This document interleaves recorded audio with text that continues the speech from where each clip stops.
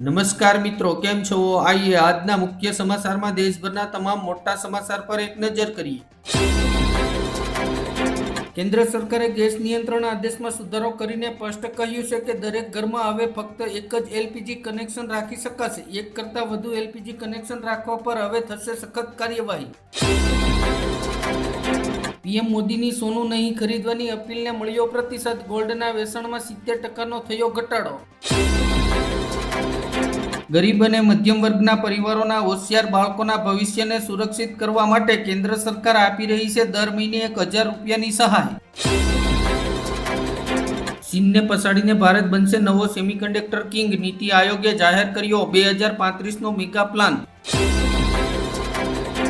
સોના ચાંદીના ખરીદનારાઓની લાગી લોટરી. માત્ર 5 જ દિવસમાં કિંમતોમાં આવ્યો અત્યાર સુધીનો સૌથી મોટો કડાકો. આરટીઈમાં 5814 બાળકોને એડમિશન. હજુ 5300થી વધુ બેઠકો ખાલી. ત્રીજો રાઉન્ડ હાથ ધરાશે. ગુજરાતના વાતાવરણમાં અચાનક પલટો. મહીસાગર અને અરવલ્લી જિલ્લામાં વરસાદનું આગમન. હવામાન વિભાગનું એલર્ટ. મુંબઈમાં 15 દિવસમાં બીજી વખત સીએનજીમાં ₹2નો વધારો. રિક્ષા અને ટેક્સી ચાલકોને ઝટકો.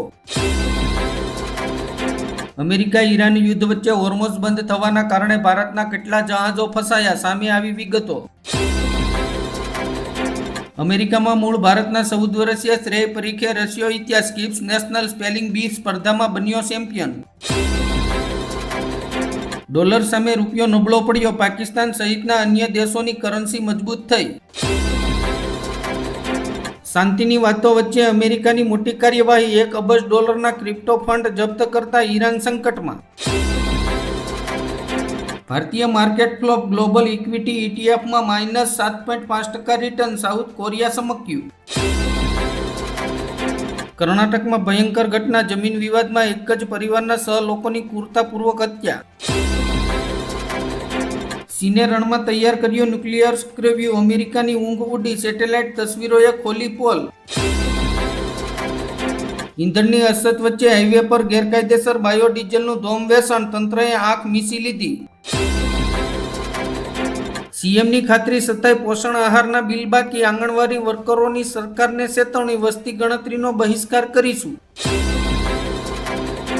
અમેરિકાના વર્જિનિયામાં હાઈવે પર બેકાબુ બસે 6 વાહનોને અડફેટે લીધા. 5ના મોત, 34 લોકો ઇજાગ્રસ્ત.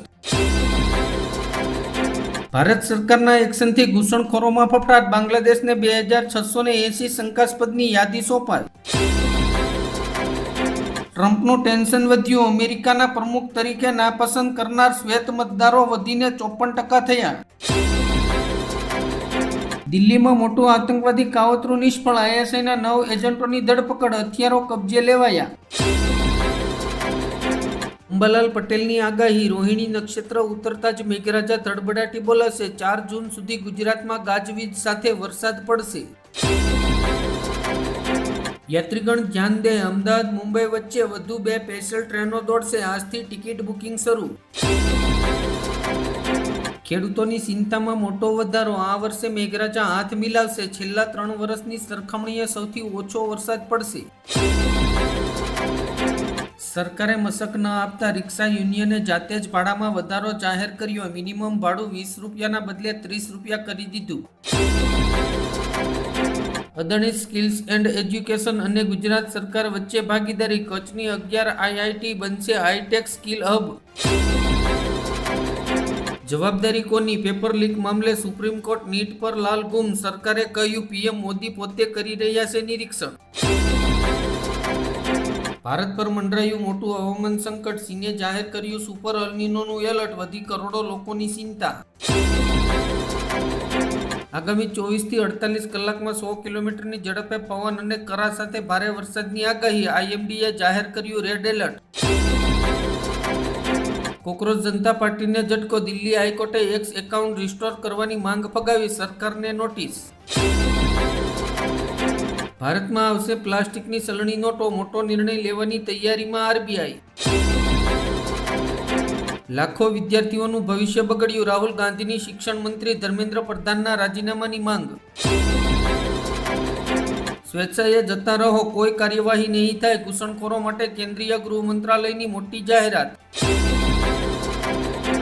સરકારી ઠેકા પરથી જ દારૂ ખરીદવાનો આગ્રહ રાખો. લઠ્ઠાકાંડમાં 12થી વધુના મોત બાદ મહારાષ્ટ્ર પોલીસની અપીલ. કોંગ્રેસને ક્લિયર બહુમતી છે, છતાંય ભાજપને આ તાલુકા પંચાયતમાં આટલો રસ છે. 2 વાર ચૂંટણી રદ થઈ.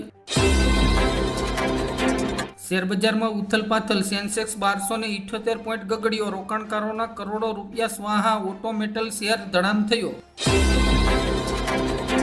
સાબરકાંઠામાં અંધશ્રદ્ધાએ હદ વટાવી. મહિલાને ડાકણ સમજી લોકોએ કર્યો હુમલો. પત્નીને બસાવવા જતા પતિની હત્યા. સુપ્રીમ કોર્ટનો મોટો નિર્ણય. દેશની હાઈકોર્ટમાં પેન્ડિંગ કેસોનો ફટાફટ થશે નિકાલ. ન્યાયતંત્રમાં આવશે મોટો બદલાવ. ડોનાલ્ડ ટ્રમ્પની ઈરાનને આખરી ચેતવણી. પરમાણુ બોમ્બ બનાવવાનું છોડો તો જ હોર્મોઝ સ્ટ્રેટમાંથી હટાવીશું આર્મી. ગીર સોમનાથની જેલમાંથી ભાગેલો કેદી ગીરમાં ગાંજો વેચતા પકડાયો. નશાખોરોની હવે ખેર નહીં. ગીર અને તેના રેવન્યુ વિસ્તારમાં સિંહોના રક્ષણ માટે વન વિભાગ એક્શન મોડમાં. સ્થિતિ સંપૂર્ણ નિયંત્રણ હેઠે. વન મંત્રી. પીએમ નેતન્યાહુએ ભારતને ગણાવી વિશાળ શક્તિ. 2018ની દિલ્હી યાત્રાને લવ ફેસ્ટ કહી પાકિસ્તાનને ખખડાવ્યું. મહેસાણા કોંગ્રેસમાં મોટો ભડકો. પક્ષ વિરોધી પ્રવૃત્તિ બદલ 33 સભ્યોને 6 વર્ષ માટે સસ્પેન્ડ કર્યા. 1 જૂનથી ટ્રેન પ્રવાસના નિયમો બદલશે. વેઇટિંગ ટિકિટને લઈને મુસાફરોને મળશે મોટી રાહત. 150 વર્ષ જીવવાનું સપનું. પુતિનનો ગુપ્ત પ્રોજેક્ટ. 2500 અબજ રૂપિયા ખર્ચી રહ્યું છે રશિયા. પ્રેમાનંદ મહારાજ સ્વસ્થ થતા ભક્તોમાં ખુશીની લહેર. ફરી શરૂ થઈ રાત્રિ પદયાત્રા. દેશની બેંકોમાં રૂપિયા 48,000 કરોડનું ફ્રોડ. લોન કૌભાંડમાં થયો મોટો વધારો. મોરબીમાં ભાજપ માટે નો એન્ટ્રી. 2027માં નેતાઓને વિસ્તારોમાં પગ નહીં મૂકવા દેવાની સત્તાવાર સમાજની સીધી ધમકી. પંજાબમાં આમ આદમી પાર્ટીની આંધી. કોંગ્રેસ અને ભાજપને પાછળ છોડી 500 બેઠકો પર મેળવી જીત. રાજસ્થાનને હરાવીને IPL 2026ની ફાઇનલમાં પહોંચ્યું ગુજરાત. ગિલ અને સુદર્શનની વિસ્ફોટક બેટિંગ. રાજીનામા બાદ પણ પાવરમાં રહેવા માંગે છે સિદ્ધારમૈયા. હાઈકમાન્ડે પ્લાન ઠુકરાવ્યો. વિનેશ ફોગટને એશિયન ગેમ્સ ટ્રાયલમાં ભાગ લેવા સુપ્રીમ કોર્ટની મંજૂરી. જોકે ડોપિંગ ટેસ્ટ ચૂકી જવા બદલ ઉઠાવ્યા ગંભીર સવાલ. રિક્ષા ચાલકોની વેદના સાંભળવા પાર્કમાં પહોંચ્યા રાહુલ ગાંધી. જમીન પર બેસીને કર્યું ભોજન. સુરત પોલીસની કામગીરી સામે ભાજપના ધારાસભ્યનો બળાપો. ટ્રાફિકથી લઈ અશાંત ધારા મુદ્દે આક્રમક રજૂઆત.